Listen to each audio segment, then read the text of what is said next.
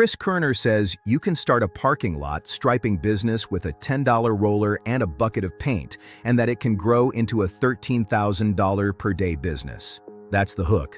And to be fair, the service itself looks real. His guest says he started with a little over $3,000, made about $2,800 in revenue the first month, then jumped to $46,125 in month 2, taking home just under $20,000. So let's break down what's really happening. First, yes, you can technically stripe a small lot with basic tools. But that is not the business Chris is really selling in this video.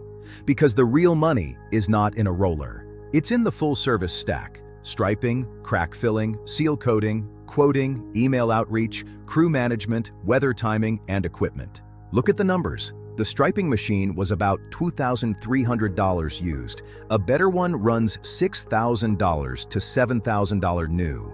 The crack filling machine was $2,500. The seal coating trailer was $6,000 used.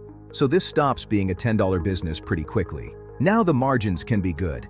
One church lot in the video was quoted at $760 with around $130 in materials. With around $130 in materials and maybe 2 to 2.5 hours of work, that's solid.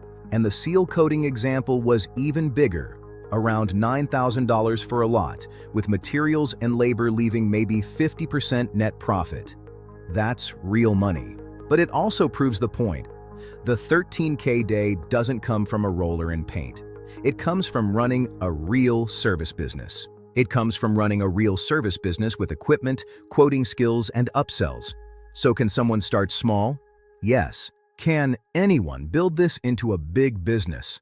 Only if they can sell, price jobs correctly, and expand beyond basic striping. Which raises the real question. Is the opportunity A, low-cost entry, B, high-margin operations, or C, brand marketing? Comment below.